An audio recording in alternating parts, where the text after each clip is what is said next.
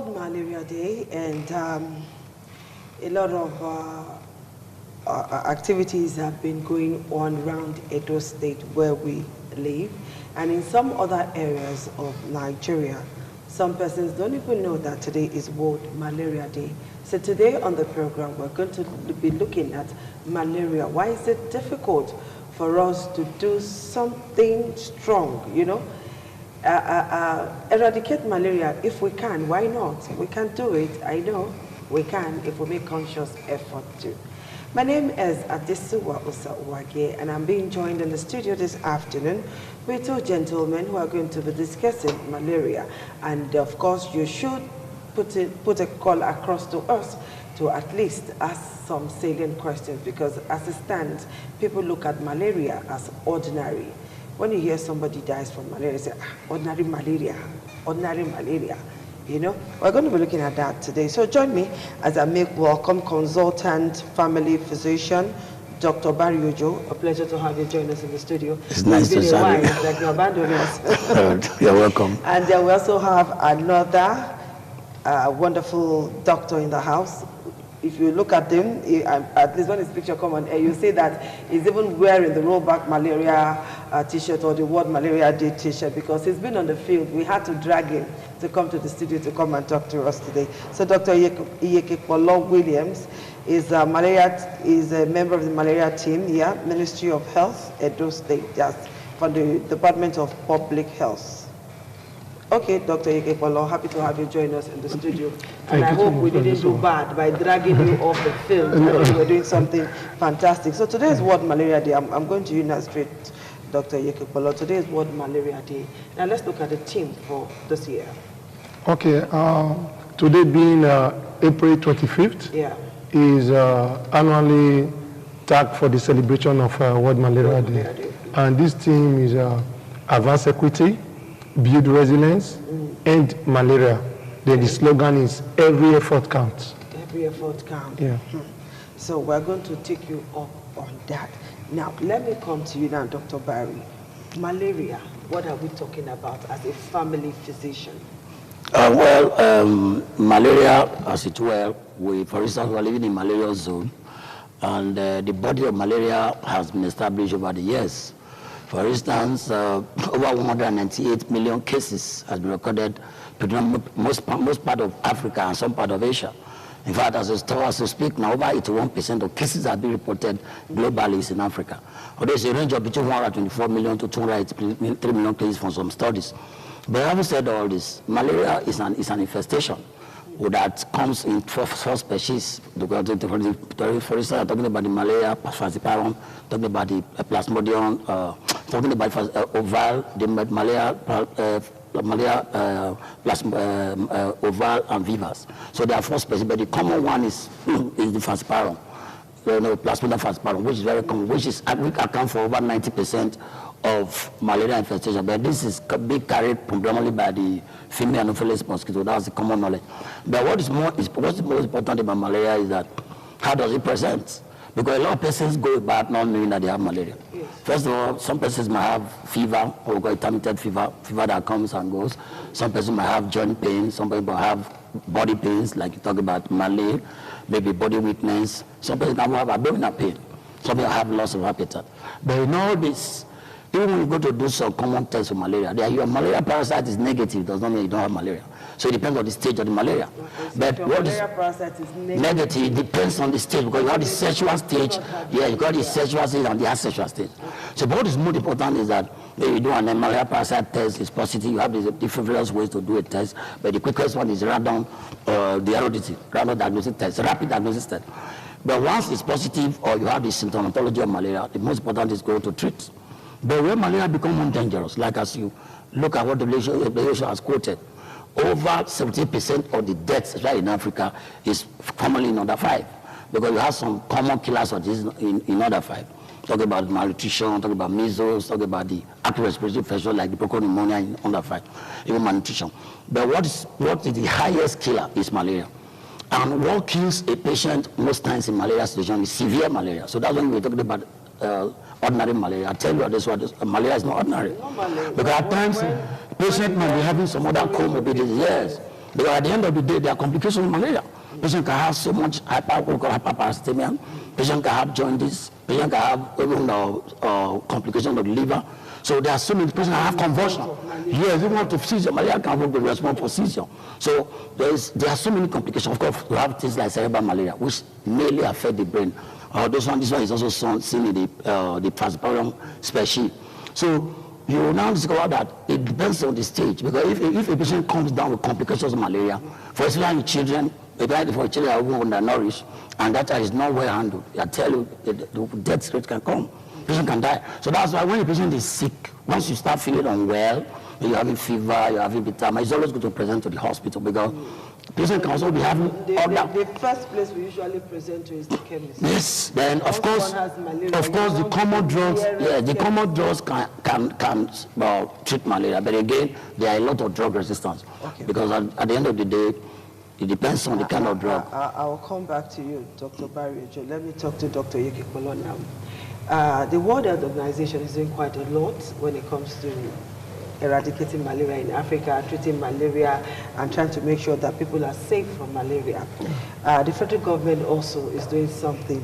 And I'm also aware that the state government also is doing something as regards this malaria. Yes. Why is it that the populace are not feeling the effect of all of this work that the federal government, the state government, World Health Organization are doing as regards malaria? It seems we are not feeling the effect. Everything seems like paparazzi, so to speak. To first of all start with, the people are actually feeling the effect. But what is the problem is that awareness creation. We have had enough awareness creation, and the measure of this effect is what the people are not actually saying. Actually, there is effect. As we speak to you now, the incidence rate of malaria has actually reduced compared from 2015 statistics owes it from National Malaria Strategic Plan and the recent National Nigeria Demographic Health Survey 2018. So we have seen an incident reduction from 15% down to 12%. So that shows that there is improvement. And this improvement needs to be cascaded by continuous creation of awareness. The people need to know that the fight against malaria is actually pulling weight. Okay, tell me exactly what, we're in Edo State, and let's deal with Edo State, and you work with the Ministry of Health in Edo State. Now, let's look at what Edo State government is putting on ground, or what is on ground as regards malaria in this our dear state. Yes, Edo State government has actually done quite a lot. And recently, you are aware that this state government actually enabled the setup and full implementation of the primary healthcare agency, which has actually been on the long-term plan. As we speak to you now, Edo Insurance scheme is already on ground where people go to the nearest facilities to access this drug for free. Those are the efforts the state government has put in to ensure that treating malaria for free. If you register with Edo Health Insurance scheme, the state health insurance scheme, then you are good to go to any health facilities. How accessible is that scheme? Very, very accessible. Who can avail themselves to accessing the scheme, and how can they do that? Yeah, the Edo Insurance Health Scheme are there 24/7. Either you can read them or call, you walk down to their office, they'll get you registered. They register as regardless of who you are. Regardless of who you are. The farmers, the traders, the hawkers in the street, everybody in Edo State. The state government has made it available for them to get themselves registered. And free? Once you are registered, it's free. Registration is free. Once you register yourself, no hidden charges. There are some packages that are very minimal for a year. In fact, you have to break it down. You find out that you are more or less paying nothing. Then at the end, you go to any of these facilities, you are treated for free. First of all, they will test you for free. And if it's positive, then you are treated for free. Okay. So that is most of the intervention. And the state government recently, through the Ministry of Health, we created awareness of take off your environment by ensuring cleanliness of your environment, which we call the environmental integrated vector control, to ensure that we control the breed of mosquito, so that the mosquito will know in our environment, so that it will not result to malaria infection. Unfortunately, you discover that in some areas in our state, we still have stagnant water. We have gutters that are not desilted. Even when they are desilted, you find out that in the middle of the night, people will wake up. Like this kind of job that we do, we find ourselves on the streets maybe very late at night, and then you see people coming out of their homes to dump refuse in the gutters, to dump refuse where you know that it will be stagnant just there. How do we get mosquitoes out of our country? Yes, I will have all of this in place. Environmental sanitation is a thing of the past. Nobody cares, nobody bothers. You see, people just do what they do, and yet we want to be well. Recently, just 2 weeks ago to be precise, if you watch carefully in the news, you see the Honorable Commissioner of Health, Professor Obeya Korea, led the team of Edo State, Ministry of Health, the Waste Management Board, the environmental section of the state, and everybody, including the health insurance. And we make move to the popular Lagos Street to create awareness and sensitization. Even we help show them how to deseed our gutter to ensure that we have a mosquito-free environment. She herself, the Honorable Commissioner of Health, led that team, and it was on record.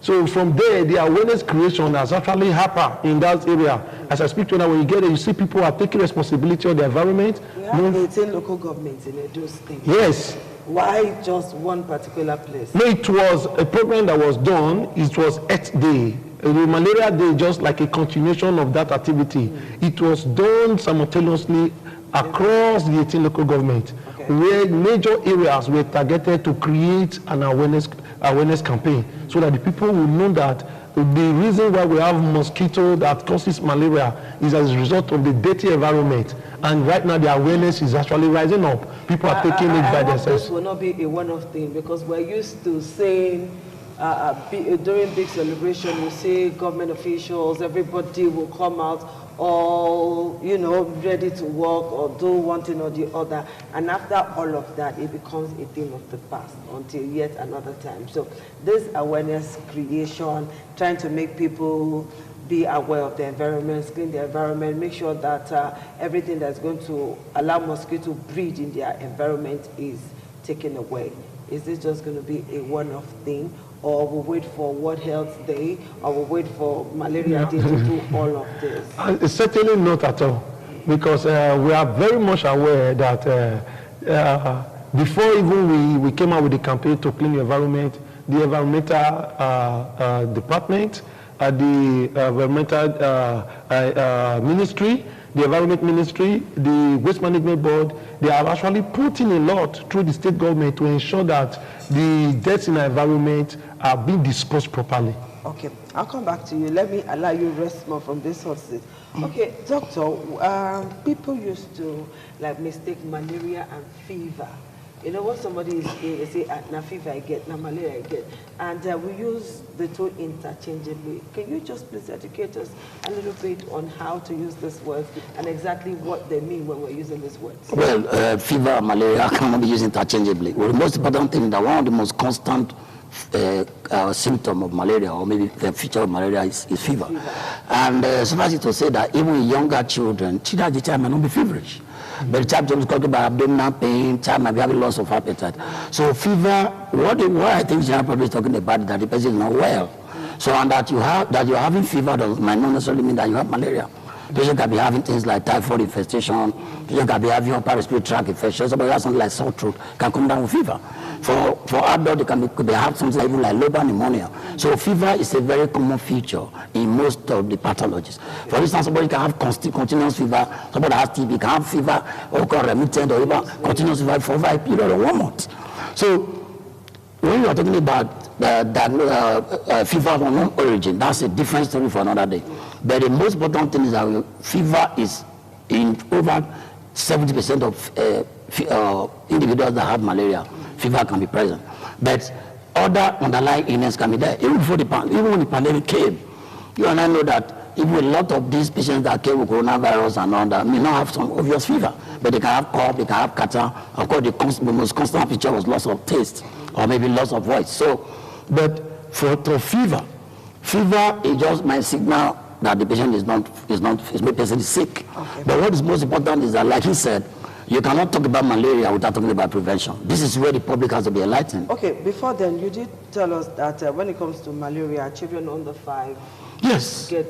Was hit. Yes, because as parents, yes. What do we look at in children under 5? Yes, what happened in children under 5? Pregnant women, because yes, because this person's immunity are obviously very low. Okay. So when you look at children in pediatrics generally, almost every child may come down with malaria. But what matters more is the time they present to the health facility and what stage is the malaria. Because children mostly, they are worse hit with complicated malaria. So because of that, it's always ideal that when a child is sick, it's going to take the child to the nearest health facility. Here I'm just talking about peripheral health centers. They're already working well in Edo State. So there are so many peripheral health centers that are working. You have some consultants working in those places. Because if a child has malaria, unless a child is 3 years old and there is fever, there's hyperparesthesia, the temperature is up to 39 degrees Celsius. If that child is not, if there's no intervention in time, the child can go to convulsion, and which is one of the common complications of malaria.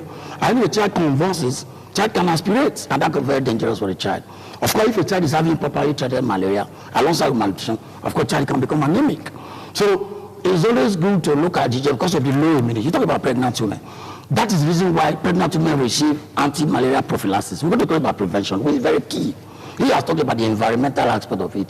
The behavioral aspect of this is very important. Talking about our netting our homes, proper netting of our homes. Of course, when somebody is trying to one environment to the other, it's talking about some of these drugs that you're going to use in preventing malaria. Because the vaccine has not been established. The malaria vaccine is still being experimented across the world. And people are beginning to wonder why it's taking too long. No, it's a malaria zone. It's a malaria zone. That's why when you look at what the common saying, they'll tell coronavirus, I bet on severe malaria. But it's not true. There are two different things entirely. So that's why we are talking about this environmental control he talked about, the netting of the homes. Then, of course, anti-malaria prophylaxis, Fansidar and all that, they're all there, in the environment of children. Let's look at the behavior of parents, because I'm a parent and I see things happen. I've been to hospitals too, and I see that a lot of persons do present late, particularly in children. We see it in quotes as ordinary malaria.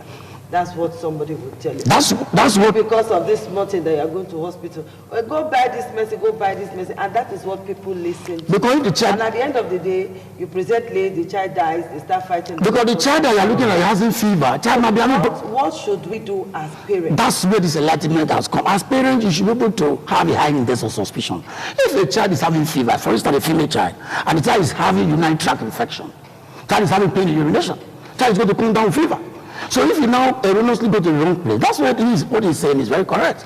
You now have an insurance that's a foolproof. So one of the extent areas like this, I'm not an advocate of his, but as a family physician, I'm looking at these stuff that can be available to the public.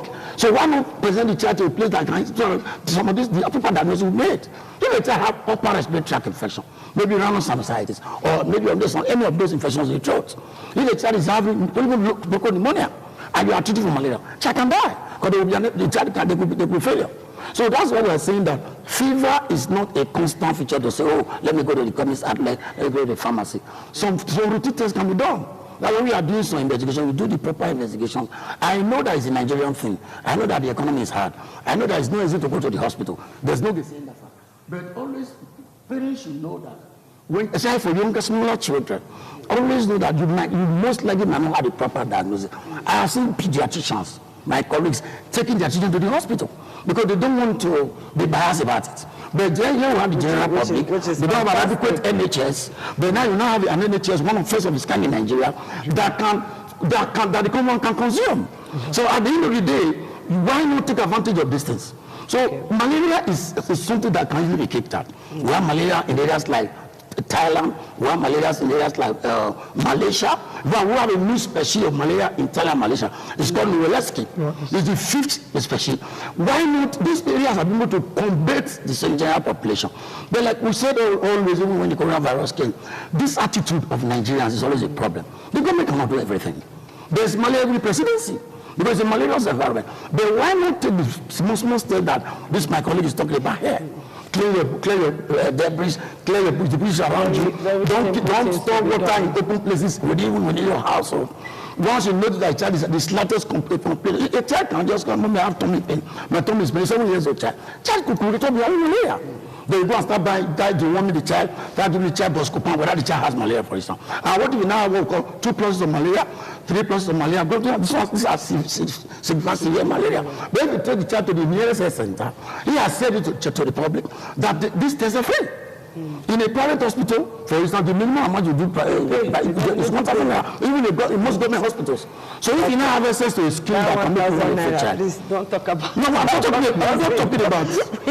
Why not go to where you can now, not private hospitals, even government hospitals, if you pay for most of these tests. So what we're saying is that malaria, to kick out malaria is all encompassing. It's not an individual's effort. It's something that everybody must put on deck to fight, because it's one of the fastest killer, whether you like it or not. 78% of causes of death for children is malaria, is plasmodiasis. Okay, I'll come back to you. Dr. Ikekpolo, once upon a time, we had this rollback malaria program. Yes. Whatever happened to that program? The program is still on for a while, and we don't hear anything anymore. Okay. Is it that the government is afraid to use the media to... No, the truth of the matter is that the ROBM we talked about, the rollback malaria, has actually metamorphosed to a new name. Okay, you'll come and tell us that name after this break. We're going to do a very short break. Now, when we come back, we will continue with our discussions. So stay with us.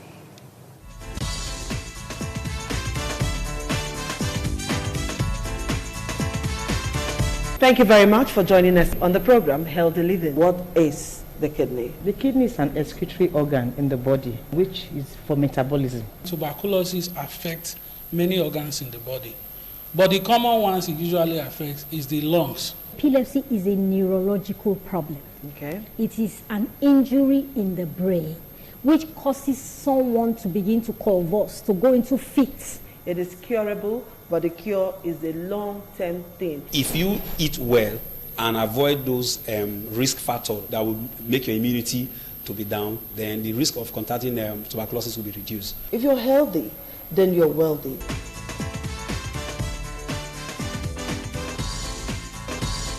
All right, thank you for joining us again on the program, Healthy Living on Independent Television. Moving on, we're still talking with Dr. Ikekpolo and, of course, Dr. Barry Ojo. Dr. Ikekpolo, before we went on that break, you were telling us that the rollback malaria campaign, or the name rollback malaria, has metamorphosed into something bigger in Edo. Please tell us about it. You know, exactly in 1998, when the ROBM, the rollback malaria, actually started, it was an initiative by global partners, the World Bank, the WHO, UNICEF, UNDP, all of them came together, and more than 90 partners were involved in that program. Yes. You know, because of the crowd, so many conflicting interests came in, so many ideologies were now becoming different. But within 2 years when that program came aboard, there was massive progress. Because they were actually looking at the reducing suffering of the people affected by malaria. But the ideology also came up where we are not looking at the person who are being infected now. We're not looking at a larger scale of controlling malaria. Then it now came from the National Malaria Control Program. Okay. Then from there, some persons were not also very okay with the ideology. From there, it now finally metamorphosed to where we are now, the National Malaria Elimination Program. Okay. So as we speak now, I will say, just like what my colleague here was talking about, that we are glad to announce to the world that October 2021, the first malaria vaccine called the ROTS were approved by the World Health Organization as a result of the fight that metamorphosed from rollback malaria partners to where we are now. Although so when do you think that this vaccine will be available? Yeah, it's already available. It's available, but not in Nigeria, because the pilot program was done in Ghana and in some African countries. Okay. Normally when the vaccine comes out, there should be a pilot program with countries, and after which, then before, but as I speak to you now, it has been approved, the ROTX, it's called the mosquito reach called. It was launched October 2021. So very soon we're going to... Yes, very soon, very soon, yes, very soon. Okay, before I come to Dr. Barry quickly, what are the potential ways you think we can use in controlling malaria? Yes, fine. The most potential ways is environmental control. Okay. And when we leave environmental control, we go to prevention. Like I rightly said, that everyone must sleep under mosquito-treated nets. So when we have done that, and secondly, we should stop keeping late in our environment, late night in our environment. Even if we must keep late night, we must cover our body so that we will not allow these mosquitoes to bite us. Because some species might prevent by sleeping under line inside their room, but before they get to their room, they might be bitten by this mosquito outside. Okay, so in that light, Dr. Barry, a lot of persons often say that malaria is not transmissible. Is it transmissible? Of course, it's transmissible now. Talk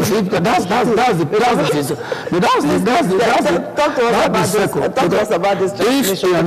Because if an infected anopheles mosquito is bad, they get sucked by someone that has the parasite, or call it transmit to the next person. Malaria is the transmissible. That's what we're talking about, the environmental control, the vector control. That chain has to be broken. Like we're talking about covering your extremities, maybe in the night and all that.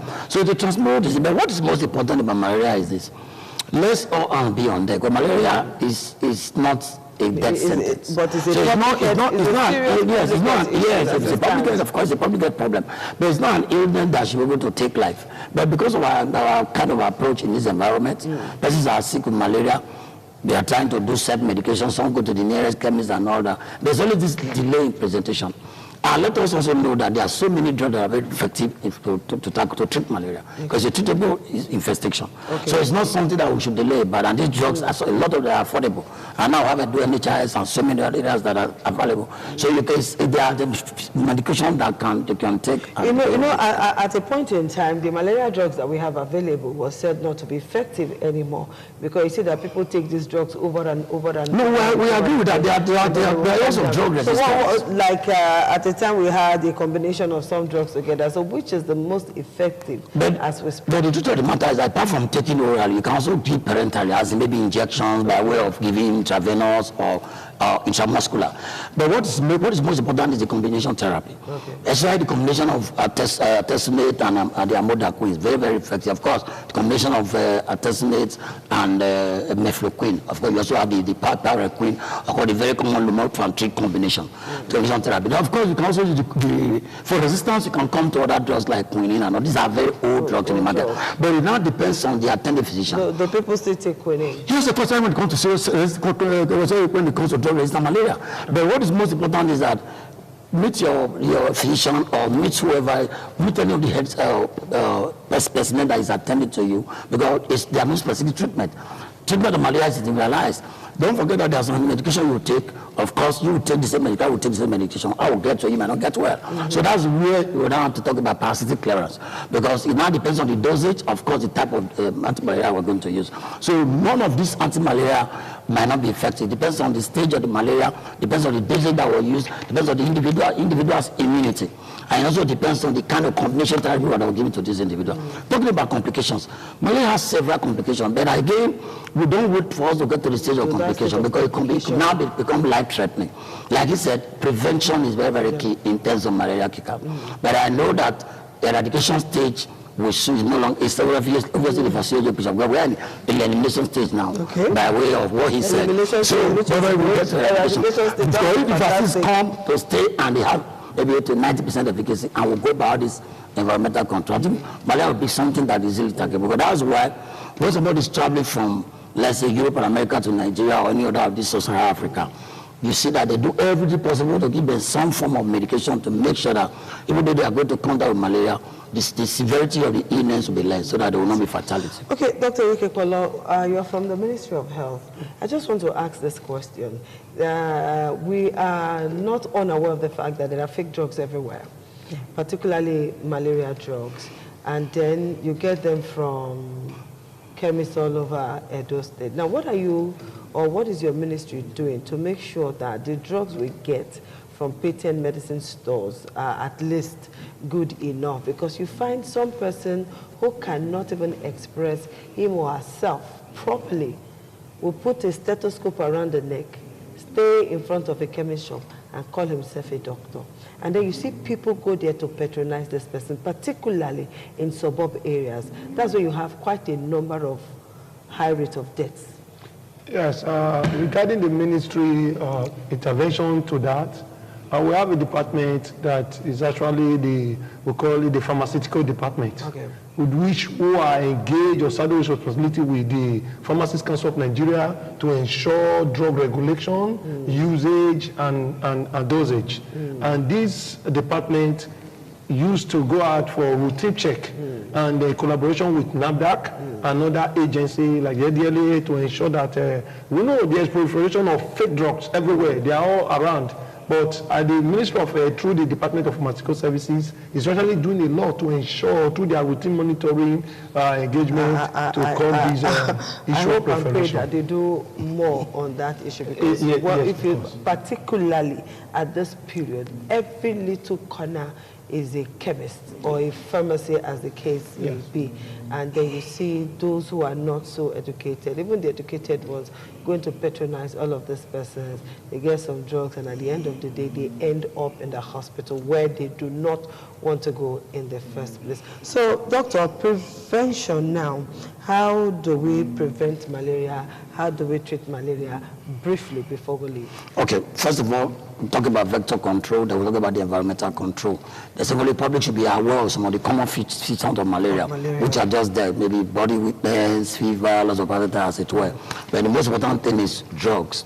Give medication, go to the appropriate places, get the right treatments. You know, we're not expected to mention drugs here. But there are so many effective drugs. I have this artesunate, mefloquine, artesunate, piperacillin combination. They are quite effective. Of course, some persons prefer parenteral. For example, if a child is vomiting, you have no business with orals for that child. So, of course, you have to treat with parenteral. You have to give intravenous or intramuscular medication. But generally, sleeping under mosquito nets, netted home, good environment is very key. But for complications, it's always good that complications must be handled in the hospital, in the health facility. At least before I get to that stage, yes. Doctor, so that we don't end up with complications. So what is most important is that proper treatment is very key. Of course, environmental and vector control is relevant. All right. Thank you very much, gentlemen, for finding time to be with us on this program today to create more awareness to the public. If all hands are on deck, just like Dr. Yekikbolo said and Dr. Barry Ojo, and if the little effort you're being asked to do, you do it properly, it will count. And like they said, we are in the elimination stage of malaria. Hopefully, very soon, we'll be able to eradicate malaria in our society, and that will be grand news for everybody. Thank you for watching, and we must apologize for not being able to take calls today. We'll do that next week. Until then, please be safe. Thank you, gentlemen, once again. You're welcome. All right, bye-bye.